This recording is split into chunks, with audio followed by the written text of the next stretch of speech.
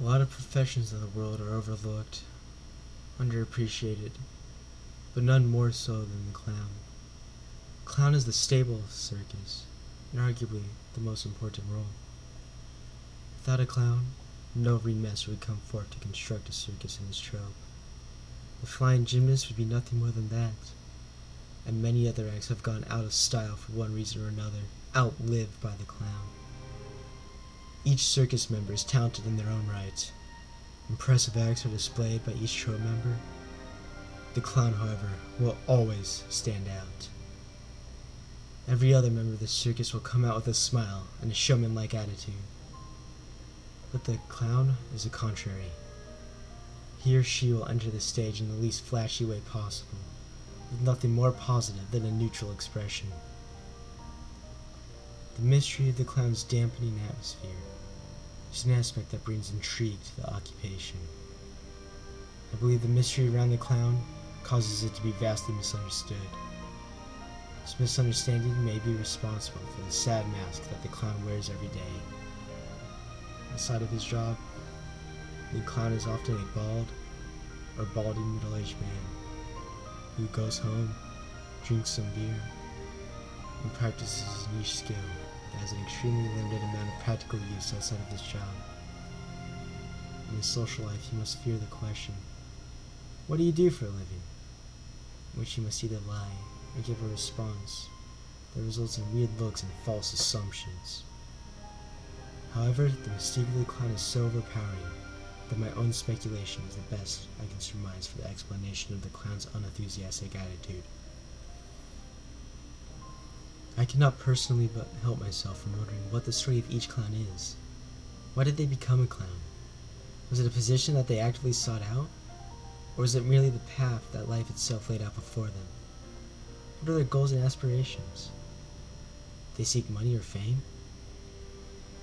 I personally have yet to hear word of a famous clown, especially in the modern day. If a clown has such a goal, it must surely feel constantly out of reach, right? The acts that are performed by a clown have evolved throughout the years. I imagine a majority of the Western population still picture clowns as the type in the circus who tell jokes, primarily ones that utilize slapstick humor. Jokes that, if to be surveyed by the general populace, have not aged well, humor that has run dry, acts that have seen the glow of the crowd one too many times. From my experience, this picture of clowns is no longer true. The element of humor has been completely stripped from the act of the clown. The focus instead shifts to the performance that can be described as nothing but impressive. This impression comes from the mastery of juggling. This is not standard 3-ball juggling, nay, it is the juggling of multiple balls, or oddly shaped objects. One may see a clown juggle cups and proceed to stack the cups while juggling them, a feat that shows mastery of precision and delicacy, and even the most subtle movements of one's body. During the act, the clown's face will show no signs of tenseness, distress, or excitement. Like the rest of the trope, the clown's face is not a mirror. It will not display the smiling faces it sees back towards the crowd. The static faces of somberness is the only constant in that atmosphere. He or she will juggle as if no one is watching, enter and leave the stage, if not a single soul were in the crowd. It is a sight so tragic and humble that I cannot help myself but to selfishly see this tragedy as beauty. It is almost as if the clown is living in a world of their own, a world disconnected from the stage that surrounds them. What happens in the clown's world? Is it as peaceful as it appears to be? Or does the flooding quietus and sobriety of the clown's world drown any peace that could potentially be found? Likely without attention, perhaps the hidden ability to bring these sorts of questions to mind is the true, enchanting act of the clown. The decaying influence of the clown from the once noble occupation of court jester, an individual who had the exclusive right to mock the king without fear of punishment, to the stereotypical clown, prior to the misunderstandings, beratings, and largely false portrayals, was loved by many. He frequented many areas outside the circus, such as birthdays or common street performances.